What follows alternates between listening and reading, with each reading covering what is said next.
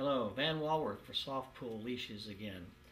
Today I want to show you something about one of the safety features of our product and explain something that is the difference in shock absorbance and impact. One of the things that takes place with a dog leash is that when the dog pulls on the leash, there is some tautness or stretching in the product. In our product, for soft pull, we have a rubber element. I've exposed part of it from the cover. There's a tube that's of elastic. It's woven in through the strap, and the strap stretches out and eventually goes taut. But before it can do that, there's absorbency of force that is taken up by the rubber element as it stretches, minimizing the impact of what happens to you on your arm, your wrist, your shoulder, other parts of your body. And that is one of the great features of the soft pull product. Here's what happens with a product that doesn't have one of these elastic elements in it. Let me show you.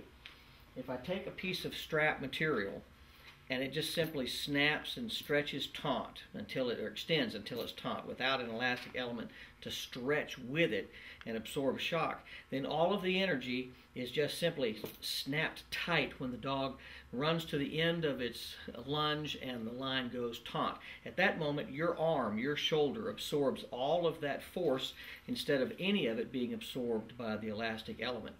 You might say, well, what's the difference? Let me show you a simple demonstration to explain what the difference of impact is. I'm going to take a piece of leash strap. I'm just going to attach it to this force gauge. This is a force gauge that measures force.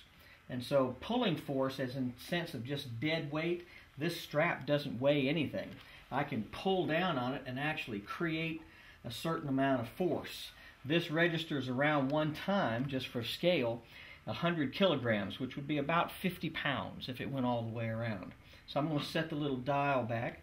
I'm just going to lightly pull on the strap with my hand, and as I pull down on it with as much force as I can with this leverage, I can create a little bit of force. That's 10 kilograms, maybe 5 pounds or so.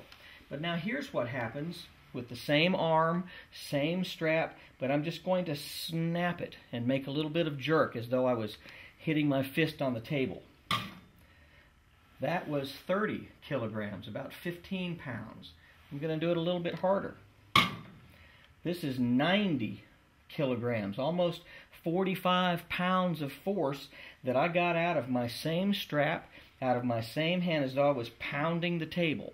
Now, if you can imagine a dog, 30-pound dog, 50-pound dog, 100-pound dog, taking off on the end of a leash, coming to the end of its strap and going taut on it, its impact force is much greater than the actual weight of the dog, sometimes by a factor of 5, 6, maybe even 10 times if he had enough room to run.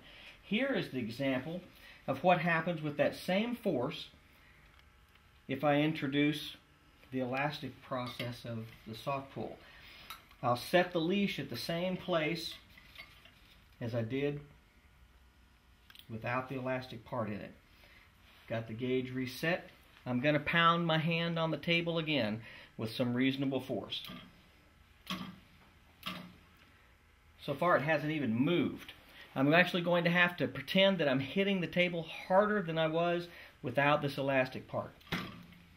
I finally got it to move up to 30 kilograms, which is going to be the equivalent of about 15 pounds.